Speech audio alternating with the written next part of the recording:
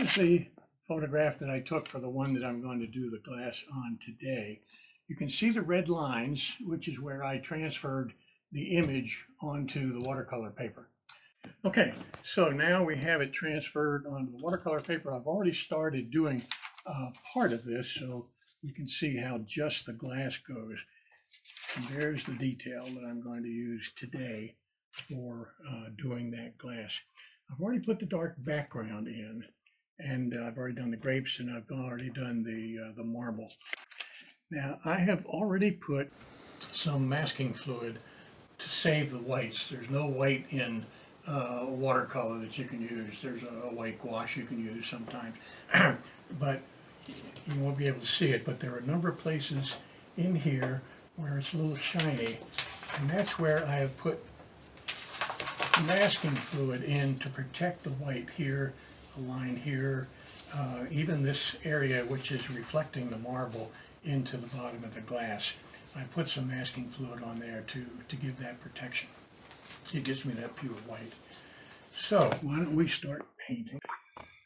Did a workshop with Anne Abgott at one time, and she said that water is the railroad tracks on which the paint finds its way. And so if you're going to have an even blast of paint,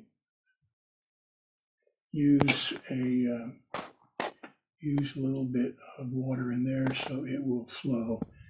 And I can see I've got two different reds in there. I've got one that's a bit darker up at the top, and so I use some alizarin for that, and maybe even put a little purple or violet into it. That may be too much. And then this lighter one, I'll just start to drop in down here at the bottom where that lighter red is.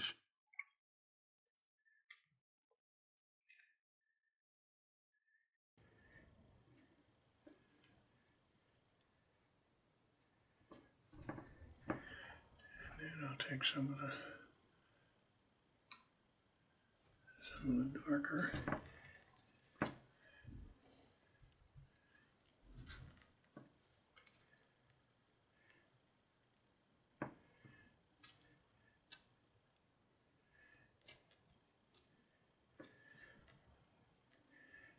And there are some grapes in there that are being reflected in the glass. These grapes are being seen in there.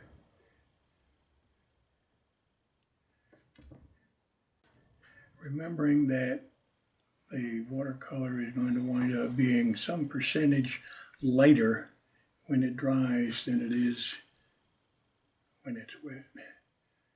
Now we're going to put little darks up in that area.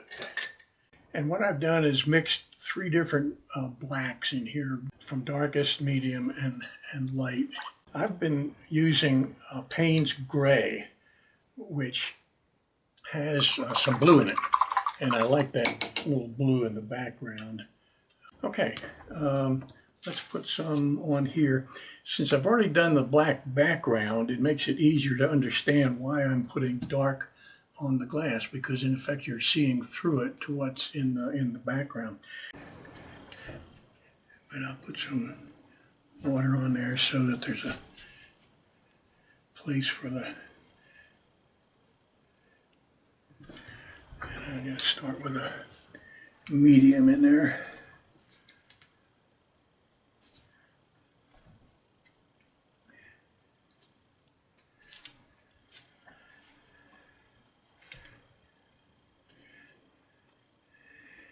You can start to see where I've put some of the masking in there.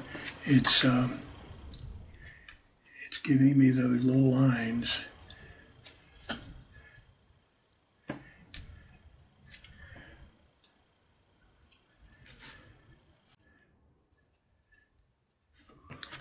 And actually, I'm going to turn this upside down because you might see that it's a little darker where it's just against the level of the wine than it is farther up. So I'm just letting that bleed wet into wet and not giving me a hard line. I'm keeping a little bit there because there's a little bit of light red in there that's the top surface of the wine. And I'm also going to save the edge there.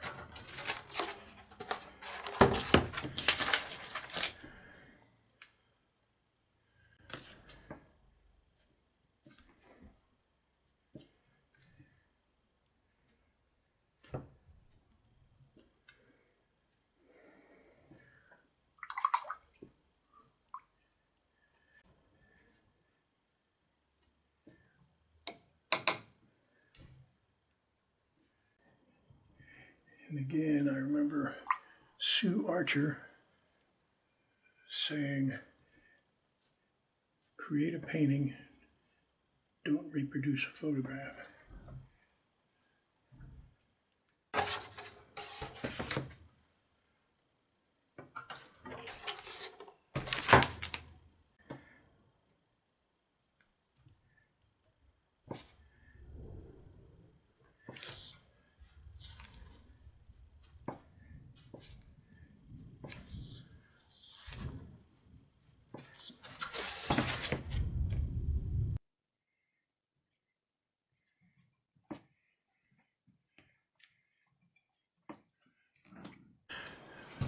Good old Escoda rigger brush, which draws a very fine line.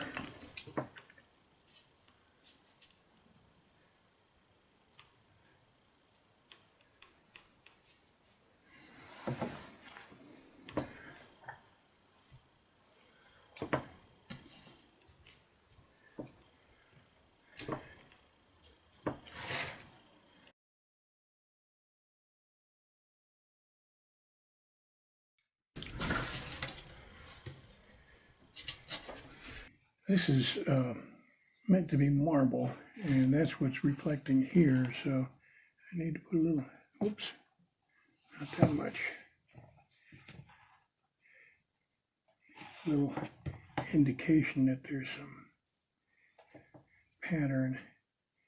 A little bit of white gouache, and I'm picking up what have been the highlights of the grapes in the reflection, just to give that idea that it's that's what it is. The other trick, when everything's dry and you do a little mix up a very weak solution of white gouache and then just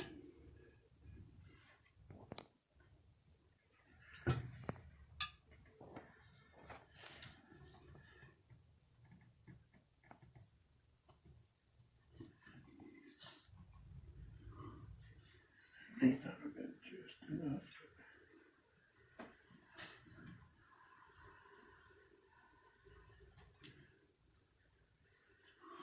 And then when that dries,